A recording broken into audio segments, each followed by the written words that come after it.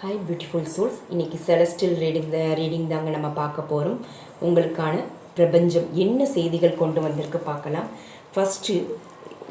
First message உங்களுக்கு அது வந்து இப்போ ஒரு கட்டிடம் ஸ்ட்ராங்காக இருக்குன்னா அதோட பேஸ் ஸ்ட்ராங்காக இருந்தால் தாங்க அந்த கட்டிடமே நல்ல வலுவாக இருக்கும். அதே போல் உங்கள் லைஃப்லேயும் அந்த பேஸ்மெண்ட் தான் ஸ்ட்ராங்காக இருக்கணும்.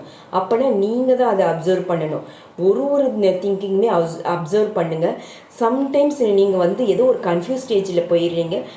இந்த ஒரு பில்டிங், அதாவது உங்கள் லைஃபு தான் ஒரு பில்டிங்கு. அந்த பில்டிங்கோட சால்விங் வந்து அதோட வேலையை வந்து ஸ்ட்ராங்காக ஸ்டெபிலிட்டி ஆக்கணும்னா அந்த வேலையை வந்து உங்களுக்கான கையில் தான்.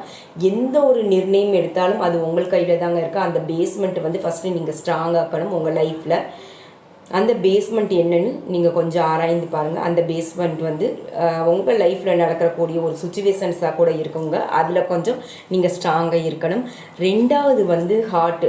ஓகே, இந்த எனர்ஜி எனக்கு என்ன ரிசீவ் ஆகுதுன்னா, உங்களோட ட்ரூ வந்து உங்களுக்கு முன்னாடி உங்களோட இருதயம் வந்து எப்பயும் பொய் சொல்லாதுங்க.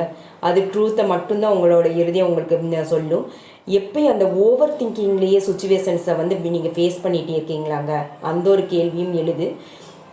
ஆனால் நம்பிக்கையோடு இருங்க.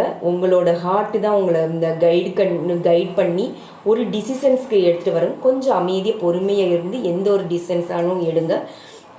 ஹார்ட் ஓரியன்டாக இருங்க. அந்த ஒரு எனர்ஜிஸும் எனக்கு ரிசீவ் ஆகுது. Okay trust, observe. இந்த ஒரு எனர்ஜி எனக்கு என்ன, இந்த இன்ட்யூஷன் தாங்க கைடிங் யூ. உங்களோட இன்ட்யூஷன்ஸ் தான் உங்களை கைட் பண்ணிகிட்டே இருக்குது. ஆனால் நீங்கள் சம்டைம்ஸ் வந்து அதுக்கு வந்து முக்கியத்துவம் தரமாட்டிருக்கீங்க. அதனால் நீங்கள் அந்த கன்ஃபியூஸ் ஸ்டேஜுக்கு போயிடுறீங்க.